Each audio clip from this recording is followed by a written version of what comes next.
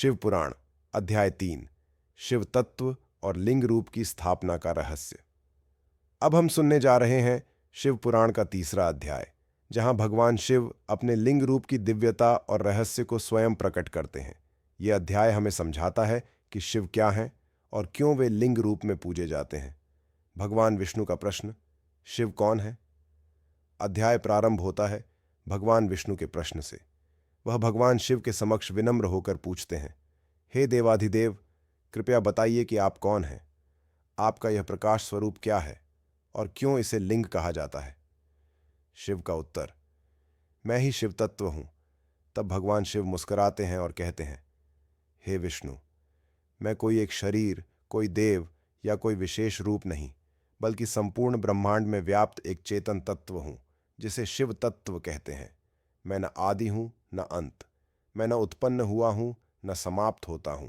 मैं अनादि, अविनाशी, निराकार और सर्वशक्तिमान हूं।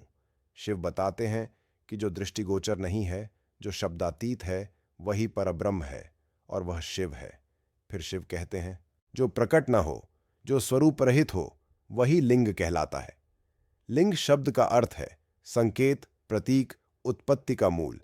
यह कोई साधारण पत्थर या आकार नहीं, बल्कि उस अनंत तत्व का प्रतीक है जिससे सृष्टि की उत्पत्ति, पालन और संहार होता है। यह लिंग स्वरूप कोई मूर्ति नहीं, बल्कि अविनाशी, अकाय, परमात्मा का सूचक है। भगवान शिव कहते हैं, जो व्यक्ति मेरे लिंग स्वरूप की श्रद्धा से पूजा करता है, वह न केवल इस जीवन में सुखी होता है, बल्कि मृत्यु के बाद मेरे धाम शिवलोक को प्राप्त करता है।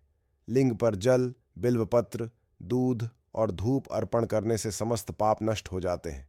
यह पूजा आत्मा को ब्रह्म से जोड़ती है। यह अध्याय हमें सिखाता है, शिव कोई साधारण देव नहीं, बल्कि परब्रह्म है। लिंग कोई केवल पत्थर का टुकड़ा नहीं, बल्कि उस निराकार शिव का प्रतीक है। लिंग पूजन केवल कर्म नहीं, बल्कि आत्मा का परमेश्वर से मिलन है। भक्ति में यदि श्रद्धा और समर्पण हो तो शिव तुरंत प्रसन्न हो जाते हैं।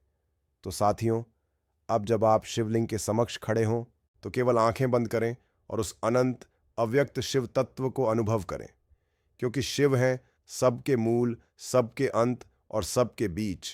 हर हर महादेव, ओम नमः शिवाय। Double dagger.